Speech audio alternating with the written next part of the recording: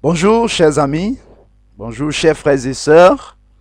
C'est toujours pour moi une joie de partager avec vous la parole de Dieu. Aujourd'hui, nous lisons dans le premier évangile, l'évangile de Matthieu chapitre 6, du verset 31 au verset 33. Je vais lire. Ne vous inquiétez donc point et ne dites pas que mangerons-nous, que boirons-nous, de quoi serons-nous vêtus. Car toutes ces choses, ce sont les païens qui les recherchent. Votre Père céleste sait que vous en avez besoin. 33 enfin. Cherchez premièrement le royaume et la justice de Dieu. Toutes ces choses vous seront données par-dessus. Alléluia. Notre message d'aujourd'hui a pour titre la priorité des priorités. La priorité des priorités. Quand on parle de priorité, c'est quelque chose qui doit prendre la première place. Simplement défini, c'est ça. Alors, il y a beaucoup de choses qui sont importantes dans la vie, dans une entreprise, pour les études d'une personne. Il y a beaucoup de choses qui sont importantes, mais il y a des choses qui sont prioritaires. Et parmi les choses prioritaires, il y a une chose qui est plus prioritaire que les autres. Cette chose-là, c'est la priorité des priorités. Par exemple, pour un enfant, l'éducation est importante. Mais la santé est prioritaire. En d'autres termes, la santé de l'enfant est plus importante que son éducation. De même, dans la vie d'un homme, le côté spirituel est prioritaire par rapport à la vie physique.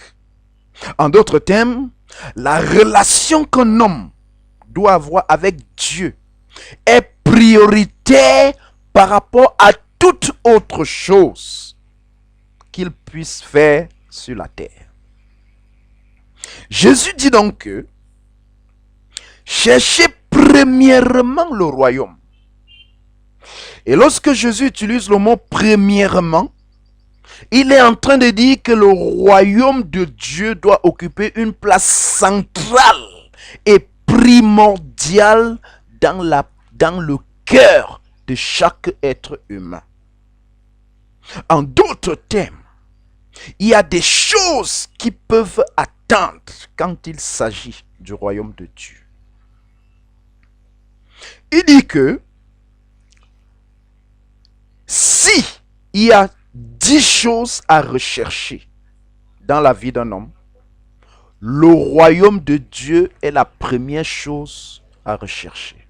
En d'autres termes, s'il faut investir de l'argent, de l'énergie, de l'influence, s'il faut investir sur quelque chose plus que les autres, il faut plus investir sur la quête du royaume de Dieu que sur le travail, sur la famille, ou bien sur autre chose. Pas que les autres choses, nous ne devons pas les rechercher, non. Il faut les chercher. Mais il ne faut pas les chercher plus que le royaume de Dieu. En d'autres termes, chers amis,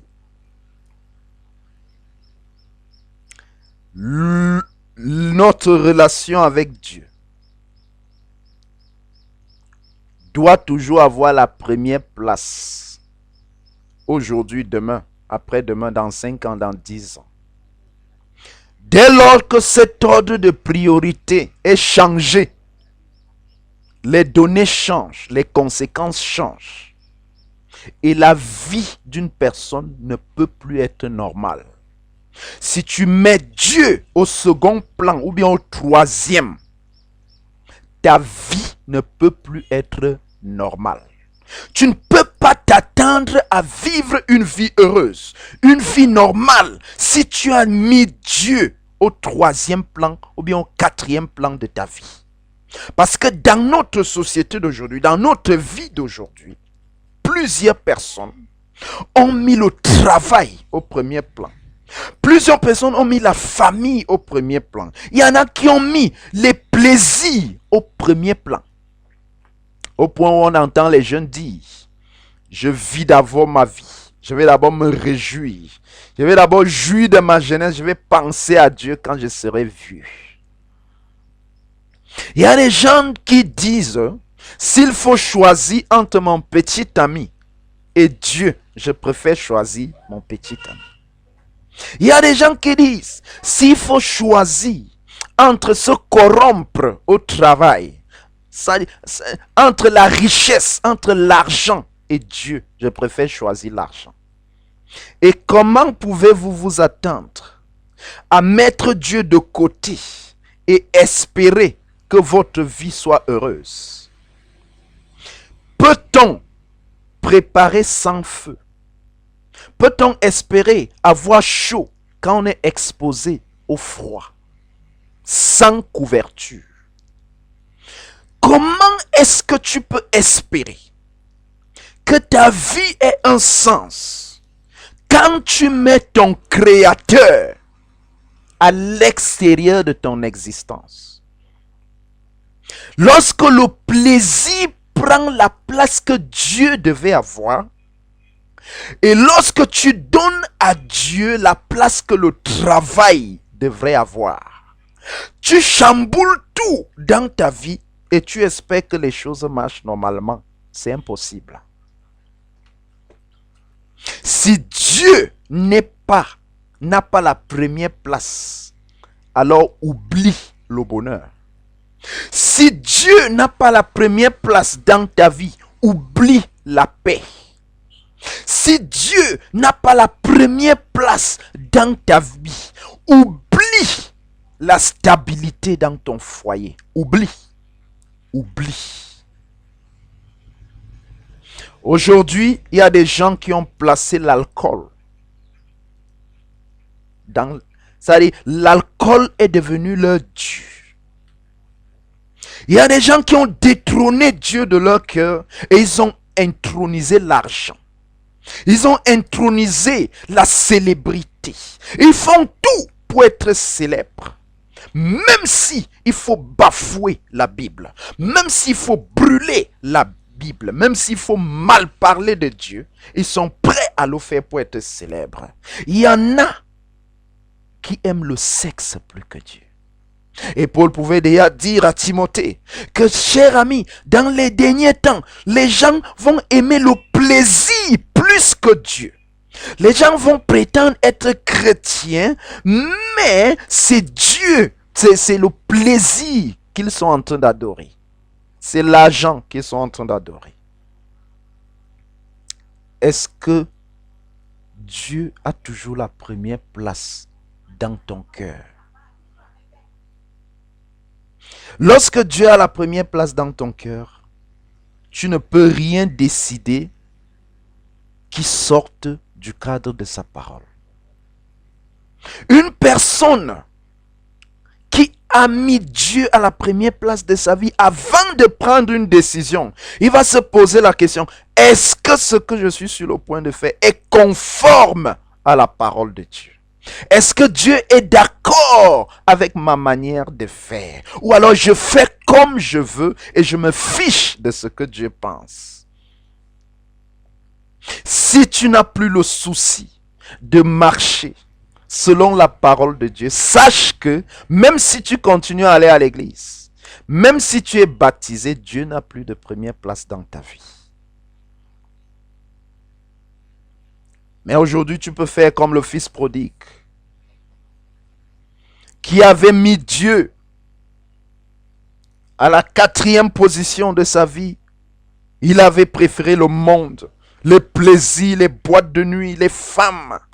l'alcool, la célébrité, ce sont les choses qu'il a mises en premier. Mais lorsqu'il s'est retrouvé dans ces choses, il n'avait pas le bonheur, parce que c'est seul Dieu qui donne le bonheur. Il n'avait pas la paix. Ces choses sont finies, il s'est retrouvé seul. Et la Bible dit qu'il est rentré en lui-même. Il a dit, mais qu'est-ce que je fais ici? Il a dit, mais qu'est-ce qui m'a poussé à prendre une telle décision? Qu'est-ce qui m'a poussé à penser que je pouvais être heureux en mettant Dieu de côté? Il est rentré en lui-même. Il y a beaucoup de personnes dans notre société qui ont besoin de rentrer en eux-mêmes, d'interroger leur âme, de se laisser éclairer par la parole de Dieu et se demander, est-ce que la vie que je mène est en règle avec la parole de Dieu? Et lorsqu'il est rentré en lui-même, il a pris une autre décision. Et c'est la décision que Dieu voudrait que tu prennes aujourd'hui. Il est rentré vers son Père. Il a dit, j'ai péché contre le ciel et contre toi. Je reviens, Seigneur. Est-ce que tu peux dire à Dieu, je reviens, Seigneur. Je reviens te redonner la première place. Ou alors je viens te donner la première place parce que je croyais être heureux sans toi. Mais je me suis rendu compte que ce n'est pas possible. Chers frères, est-ce que vous savez qu'il y a des gens qui sont à l'église, mais Dieu n'a plus la première place dans leur cœur? Il y a même des enfants de Dieu pour qui Dieu n'est plus la priorité. S'il faut mentir pour avoir la promotion, allez, on le fait. Que Dieu soit d'accord ou pas, l'essentiel c'est qu'on soit promu. Dieu n'a plus la première place dans ton cœur. Il y a des chrétiens pour qui l'argent est devenu Dieu. C'est pour ça que Paul parle de la cupidité comme une idolâtrie. La cupidité fait un coup d'état à Dieu dans ton cœur. Même si tu parles en langue.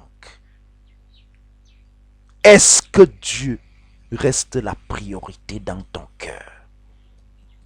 Dieu va venir enlever, Jésus va venir enlever une église qui a Dieu comme priorité dans son cœur. Dieu t'aime. Et s'il te parle de cette manière aujourd'hui, c'est parce que il voudrait que toi-même tu décides de lui redonner la première place. Dieu est la priorité de toutes tes priorités. Ne l'oublie jamais. Avant de prendre une décision, avant de sortir, quand tu t'es habillé, pose-toi la question, est-ce que Dieu accepte cette apparence? Tu peux prier Dieu aujourd'hui et lui redonner la première place. Dieu t'aime. Dieu veut changer ta vie. Il veut redonner un sens à ton existence. Que Dieu te bénisse. Pasteur Yves Charlie Godia, à votre service.